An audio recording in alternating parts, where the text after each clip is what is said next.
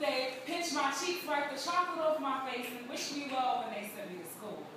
Which didn't really prepare me for the kids in the playground. So instead of being the chubby girl, I became the funny girl. The girl whose jokes will make you look into my eyes and away from my stomach.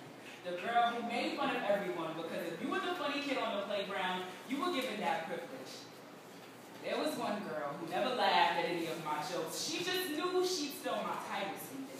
She called me every name you could imagine. Chubby girls on the playground to be called, and a part of me cried every time she spoke. Championship belt getting tighter with every one of the opponent's jokes adding inches to my waist and pressure on my soul. And the only thing that kept me whole was the fact that I never lost my title. See, I was still the funny girl, and it didn't dawn on me until a few weeks ago that this truly took a toll on her world. When I went home and saw an image I had seen far too often.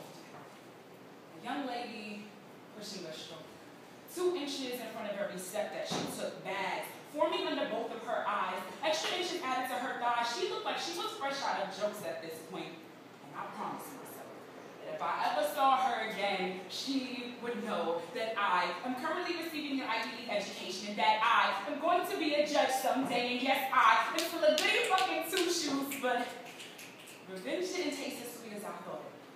When she revealed the type of nonchalance that makes you reevaluate your own life and say, damn, that thought might have been just a little inappropriate because I would only be able to tell her about myself, and she's full in herself. Now, she is her daughter and second unborn child, and probably wishes she could say the word I as selfishly as I could. At that point, I realized that making me sad made her happy, and the look in her eyes made me feel like I owed her the right to be happy. She deserved to call me Little Debbie, a person and a half, because even if I shared that half with her, she still wouldn't be whole, but I still felt the need to donate to a charity whose randomly transmitted epidemic just happened to brush right past me, but never left its mark.